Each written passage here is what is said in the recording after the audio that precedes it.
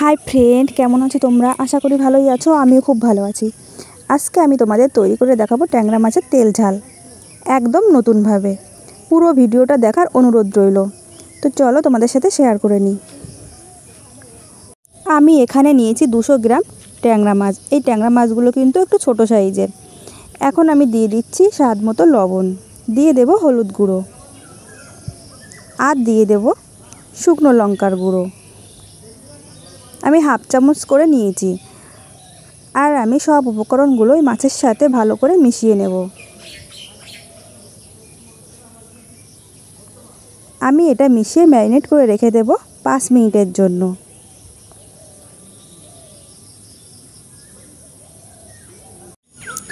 আমি এখানে ছোট সাইজের 2টো আলু লম্বা লম্বা করে কেটে নিয়েছি।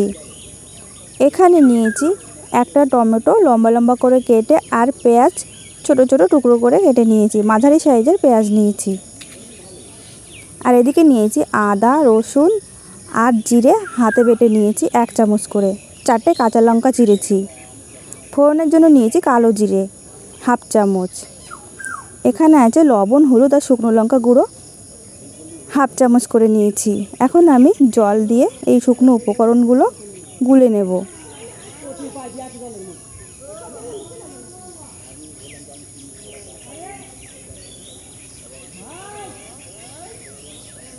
চলে যাব চুলাতে।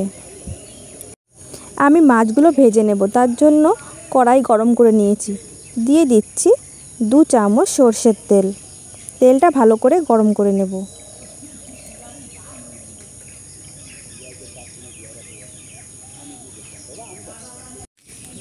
তেল ভালোভাবে গরম করে নিয়েছি।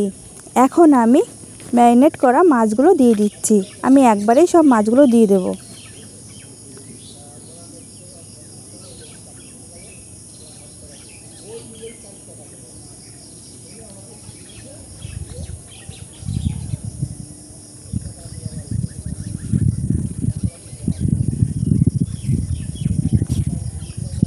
আর আমি এটা ঢাকা দিয়ে হতে দেব কিছুক্ষণ। এই ট্যাংরা মাছ থেকে খুব তেল ছিটকায়, যার জন্য আমি ঢাকা দিয়ে দিয়েছি।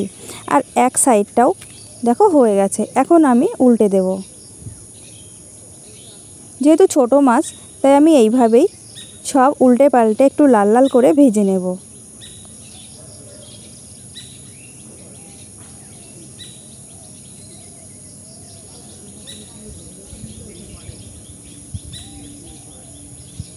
মাছ আমি উল্টে পাল্টে লাল লাল করে ভেজে নিয়েছি। এখন আমি এই মাছগুলো তুলে নেব।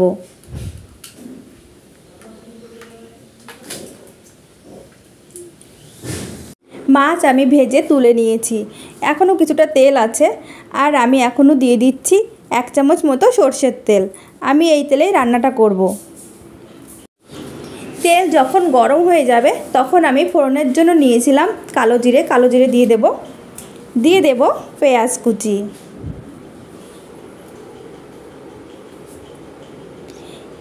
এই পেঁয়াজটা আমি হালকা ব্রাউন কালার করে ভেজে নেব।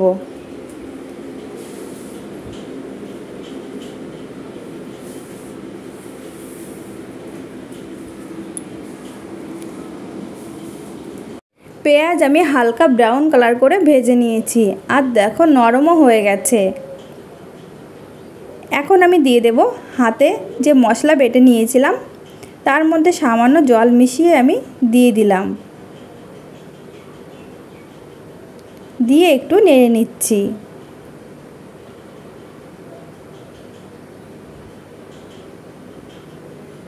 এই সময় কিন্তু চুলার জালটা মিডিয়াম আঁচে রাখতে হবে। আর আমি লবণ, হলুদ আর শুকনো লঙ্কার গুঁড়ো জলে গুলে নিয়েছিলাম, সেই গোলা জলটাও দিয়ে দিলাম। এখন এই মশলাটা আমি কষিয়ে নেব ঢাকা দিয়ে।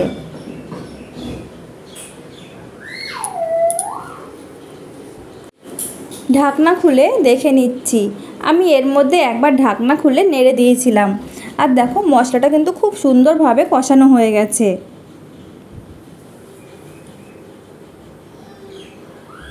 এখন আমি দিয়ে দিচ্ছি আলু। আমি কিন্তু আলু ভাজিনি, এই রান্নাতে কিন্তু এইভাবে আলুটা দিলে খেতে ভালোই লাগে।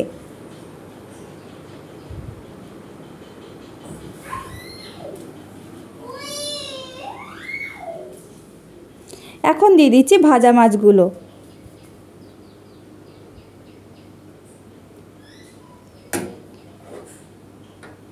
আর সব কিছু ভালো করে মিশিয়ে নিচ্ছি।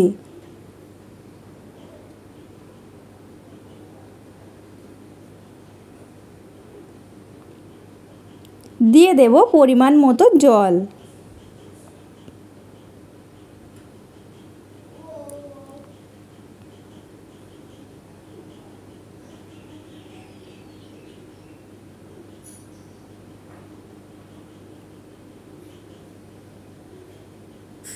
আমি এটা ঢাকা দিয়ে হতে দেব 15 মিনিটের জন্য। মিনিট পর ঢাকনা খুলে দেখে নেব। এখন আমি দিয়ে দেব টমেটো। টমেটো সিদ্ধ হতে বেশিক্ষণ টাইম লাগে না, তার জন্য আমি এখন দিয়ে দিচ্ছি। তোমরা চাইলে আগেও দিতে পারো, তবে আমার এই টাইমে দিলে তরকারির টেস্টটা কিন্তু খুব ভালো আসে। দিয়ে দিচ্ছি 4টে কাঁচা লঙ্কা আমি চিড়ে নিয়েছিলাম। আর আমি ঢাকা দিয়ে 10 মিনিট জাল করে নেব। 10 মিনিট পর আমি ঢাকনা খুলে দেখে নিচ্ছি। টমেটো আলু খুব ভালোভাবেই কিন্তু সিদ্ধ হয়ে গেছে। এখন আমি দিয়ে দিচ্ছি গরম মশলা গুঁড়ো আর দিচ্ছি ধনেপাতা।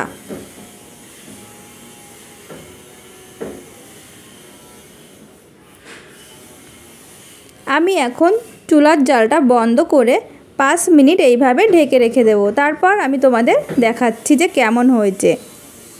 5 মিনিট পর আমি চুলা থেকে নামিয়ে নিয়েছি একটা প্লেটের মধ্যে। তো বন্ধুরা, তোমাদের কাছে আমার এই নতুন রেসিপিটা কেমন লেগেছে অবশ্যই কিন্তু বাড়িতে ট্রাই করে দেখতে পারো। একবার করে সবাইকে খাইয়ে দেখো, ওরা কিন্তু তোমার প্রশংসা করবেই করবে। আর তোমাদের কাছে যদি আমার এই রেসিপিটা ভালো লেগে থাকে অবশ্যই কিন্তু লাইক, কমেন্ট এবং শেয়ার করে দিও। আর সাবস্ক্রাইব করতে কিন্তু একদমই ভুলো না। তো সবাই ভালো থেকো।